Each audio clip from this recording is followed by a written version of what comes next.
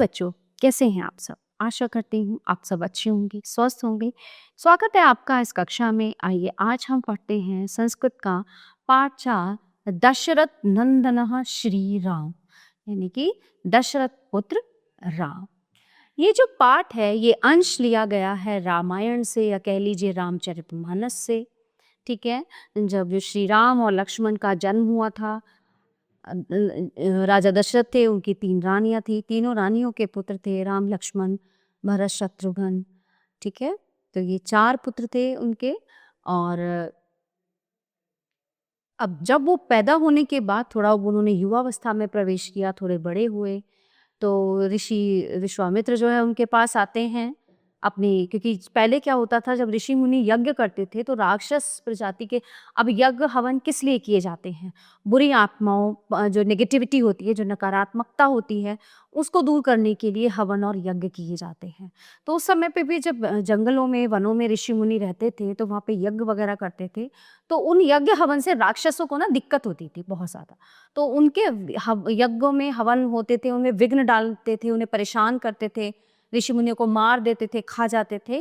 तो इन्हीं सब चीज़ों से परेशान होकर ऋषि जो है राजा दशरथ के पास आए थे उनके दोनों पुत्रों को लेने। उन्हें पता था कि राम लक्ष्मण जो हैं 2 तेजस्वी पुत्र हैं जो इन राक्षसों का विनाश कर सकते हैं। तो आइए जानते हैं कैसे, मतलब वो किस लिए आए और क्या-क्या राम लक्ष्मण ने किया। प्रस्तुत पाठ में त्रेता युग में हुए अयोध्या के राजा दशरथ के पुत्र भगवान श्री राम के जीवन का परिचय दिया गया है। पुरा अयोध्यायाम एकः नृपः आसीत्। अयोध्यापुरी में एक राजा थे। कौन थे? तस्य नाम दशरथः आसीत्।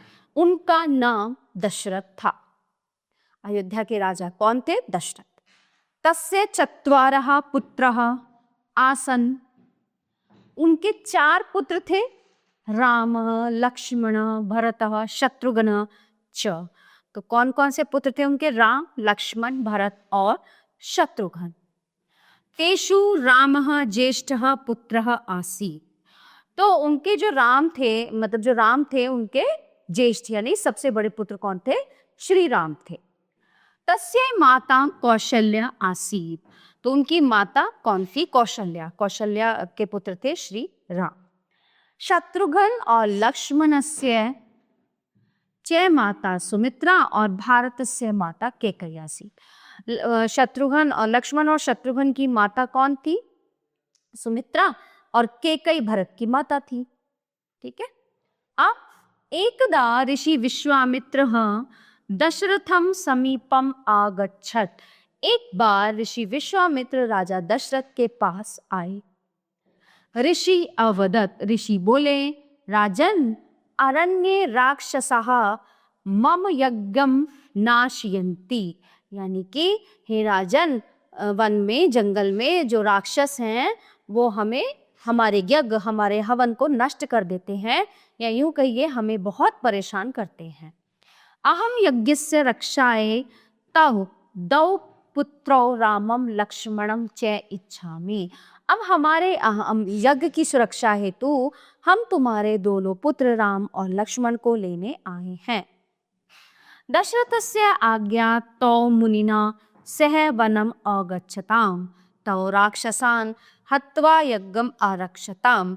तो वो कहते हैं कि हम तुम्हारे राम और लक्ष्मण 2 पुत्र को ले जाने की इच्छा हमारी है। तो दशरथ की आज्ञा और मुनि और फिर उन्होंने राम लक्ष्मण से ये कहा नहीं, उनको आज्ञा दी। ठीक है, राम और लक्ष्मण को आज्ञा दी कि तुम इन मुनि के साथ वन में जाओ, और वो दोनों चले जाते हैं उनके साथ में। तो राक्षसान हत्वा यज्ञम आरक्षताम। तो वो वहां पे जाकर राक्षसों से उनके यज्ञ की रक्षा करते हैं। ठीक है। आप जनक है मिथिलायाः नृपः आसीत्। जो राजा जनक थे वो मिथिला के राजा थे, मिथिला राज्य था, उसके राजा थे जनक। तस्य पुत्री सीता आसीत्। उनकी पुत्री कौन थी? सीता। जनक की पुत्री सीता। रामस्य विवाह सीतया सह अभवत्। तो श्री राम जी का विवाह सीता के साथ संपन्न हुआ। अब दशरथस्य आज्ञा रामः वनम आगच्छत्। अब बहुत सारी चीज़ें हुई बीच में जब वो वहाँ स्वयंवर करके पहुँच जाते हैं, तो राजा दशरथ की आज्ञा से श्री राम जो है वन को जाते हैं। सीता लक्ष्मणा च तेन सह वनम आगच्छताम, और उनके साथ सीता और लक्ष्मण भी वन को जाते हैं। तत्र रावण है सीताम आहरत, तो वहां पे क्या होता है, वन में रावण जो है सीता का हरण कर लेता है, अपहरण कर लेता है उसका।